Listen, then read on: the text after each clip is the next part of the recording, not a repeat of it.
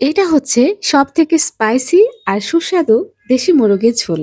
এটা আমি রান্না করেছি আজকে আমার পছন্দ মতো। একদমই আমি যেমন তরকারি পছন্দ করি ঠিক তেমনটা। প্রতিদিন কিন্তু আমি সবার পছন্দে রান্না করি, বাট আজকে আমি নিজের পছন্দে একটু রান্নাবান্না করে খেয়ে ফেললাম দুপুরের খাবারটা।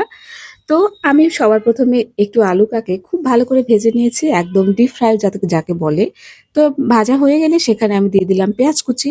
পেঁয়াজটাকেও খুব ভালো করে ভেজে নিতে হবে, কারণ আমি এটা একদম ঝোল রান্না করব। তো পেঁয়াজটাকে আমি যখন ভাজা হয়ে গেছে তার মধ্যে আমি দিয়ে দিলাম তেজপাতা আর কিছুটা দারুচিনি। এই সব কিছু দেওয়ার পর সামান্য একটু নাড়াচাড়া করে আমি এখানে মসলা এড করে দেব। এই মসলাটার মধ্যে আমি ৪ টা মসলা ব্লেন্ড করে নিয়েছি একসাথে। এখানে আছে শুকনো মরিচ, আছে জিরা, আছে আদা আর রসুন। রসুন কিন্তু আমি ১ থেকে ১.৫ টা দিয়েছি। মানে একটা গোটা দিয়েছি আর আরেকটার অর্ধেক দিয়েছি। আপনারা যারা মুরগি রান্না করেন, নতুন রান্না করেন আরকি, তারা অবশ্যই চেষ্টা করবেন মুরগির মাংসে অবশ্যই রসুনটাকে কম দেওয়ার জন্য। রসুন এমন একটা জিনিস যেটা তরকারিতে অতিরিক্ত পরিমাণে হয়ে গেলে খুব গন্ধ আসে। স্পেশালি মুরগির মাংসে তো অবশ্যই মুরগির মাংসে রসুনের পরিমাণটা কম দিয়ে পেঁয়াজের পরিমাণটা যদি বেশি দেন, দেখবেন রান্নাটা সুস্বাদু হবে। তো তারপরে আমি খুব ভালো করে এটাকে কষিয়ে নিলাম। কষানোর পরে সেটা আমি দিয়ে দিলাম মাংসগুলোকে ধুয়ে রেখেছিলাম খুব ভালো করে। তো মসলার সাথে আমি মাংসগুলোকে আগে কিছুক্ষণ রান্না করে নেব।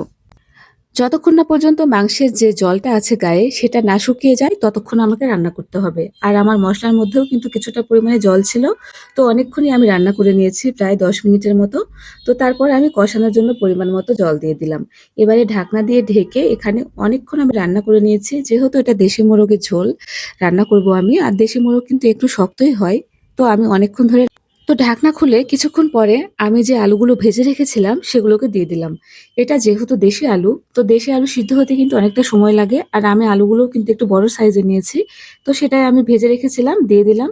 তো মাংসটা কিন্তু আমার প্রায় ভাজা হয়ে গেছে। মানে কষানো অবশ্যই হয়ে গেছে। যখন দেখবেন তরকারিটা একদম এইরকমটা জল একদমই শুকিয়ে গেছে, এই অবস্থায় কিন্তু আপনাকে ঝোলের জন্য যে জলটা সেটা দিয়ে দিতে হবে। এর আগে যদি আপনি দেন তাহলে কিন্তু তরকারির টেস্ট অনেকটা খারাপ আসে, মানে খুব একটা ভালো আসে না। আর যদি এই পর্যায়ে একদম তেলটাকে সরে আসার পর জলটা দেওয়া হয় তাহলে কিন্তু মাংসের স্বাদ প্লাস ঝোল যদি করি আমরা তাহলে খেতেও সুস্বাদু হয়। তো আমার কিন্তু ঝোল প্রায় হয়ে এসেছে। আমি যেহেতু ঝোল রান্না করব, তো আমার কিন্তু প্রায় হয়ে গেছে রান্না। আর কিছুক্ষণ রান্না করতে হবে। আর দেশি মুরগি তো এমনিতেই একটু শক্ত হয় মাংস তুলনামূলক। যার জন্য একটু সময় নিয়ে রান্না করছি। আমি কিন্তু ঢাকনা দেইনি। ঢাকনা ছাড়াই আমি কিছুক্ষণ রান্না করে নিয়েছি। আর এই যে আমার এটা হচ্ছে মাংসের রান্নার ফাইনাল লুক। মাংসটা খেতে ভীষণ মজা হয়েছে। দেখতে যেমন সুন্দর হয়েছে, খেতে তার দ্বিগুণ সুন্দর হয়েছে। তো সবাই ভালো থাকবেন। দেখা হবে নতুন একটা ভিডিওতে নতুন রেসিপি নিয়ে। বাই।